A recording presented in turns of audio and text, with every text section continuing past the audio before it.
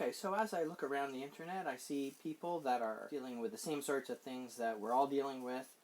Students not in the actual classroom as much as we'd like, students maybe not with the prerequisites necessarily that we'd like, and so on. So emergency version of a discussion of quadratics. Really though, my goal is to present this subject in a completely different way and see if some part of this discussion is useful. In terms of the quadratics, well, parabolas are not that complicated. They open up or they open down, so there's not that much going on, right? And we can characterize when it opens up. It opens up if and only if a is at least 0. It opens down if a is less than 0. As far as the vertex of the parabola goes, that's either the lowest point if it opens up or the highest point if it opens down.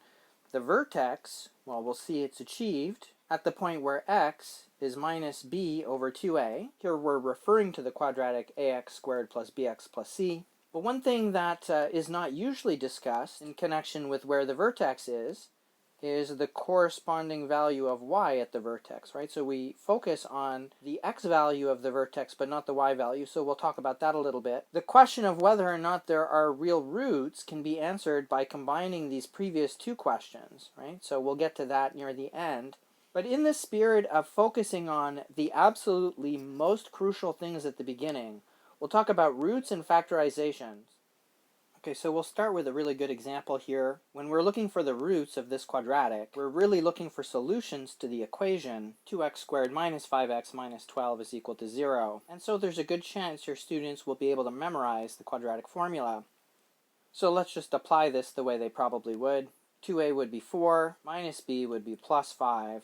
Now the key thing to look for in the square root sign is the sign of this piece. Right, so there's a minus sign to begin with. 4ac contributes another minus sign. So in total, we're adding things. Right? There's a couple of minus signs, so we're going to be adding something. Keeping track of that at the beginning prevents mistakes. So we're looking at 25 plus 4 times 2 times 12. So under the square root sign, then, we have 121. Square root of that is 11. So we're looking at x being 5 plus 11 over 4, or x being 5 minus 11 over 4. So your students can do this. Simplifying a bit, x will equal 4. Negative 6 over 4 is negative 3 over 2. So those are the roots. But now I want to move towards the question of factoring this quadratic using the roots as a hint. Okay, so again where we are is that we have a polynomial, quadratic, we have the roots to the quadratic, and the next question is, can you think of another quadratic that has the same roots as this one? Well, actually I can, so I'm going to write it down. See, this quadratic has the same roots. X equals 4 is a root, because if I plug 4 into this whole expression, this factor sends the whole product to 0. And similarly, if I plug negative 3/2 into the green polynomial into the second polynomial, the second factor sends the whole product to 0. So I've got two polynomials that both have the same roots, and my question is, does that mean that the two polynomials are equal? And the answer is not quite. They're almost equal, but you can tell that they're not equal. Can you see how? If I were to expand the right-hand side out, I would have x squared, but on the left-hand side I have 2x squared, so they can't be the same. But one of the cool facts about precalculus, if two quadratics have the same roots and they have the same coefficient of the x squared term, they are the same, in fact. So I can put a 2 in front. Now if I were to expand the right-hand side, I would have the 2 in front of the x squared like I'm supposed to. And this is now a complete and correct factorization of the quadratic we started with. Now this is probably not what you're used to seeing, but it may actually be better. Here's what you're probably used to seeing. Right now on the right-hand side, I've got 3 factors. The first factor, the second factor, and the third factor. If we multiply the first and the third together, then we put the 2 inside and we get 2x plus 3. So that's probably what you're used to seeing. And this is easy to identify. But I'm inclined to think that this version is more useful, especially in applications and calculus and so on. So this is what you're used to finding. Now I want to make a couple of remarks about the way that factoring is normally taught. It's really quite nice. It has to do with understanding how polynomials work. But unfortunately, very often polynomial expansion is not taught that way. So let me elaborate on that piece.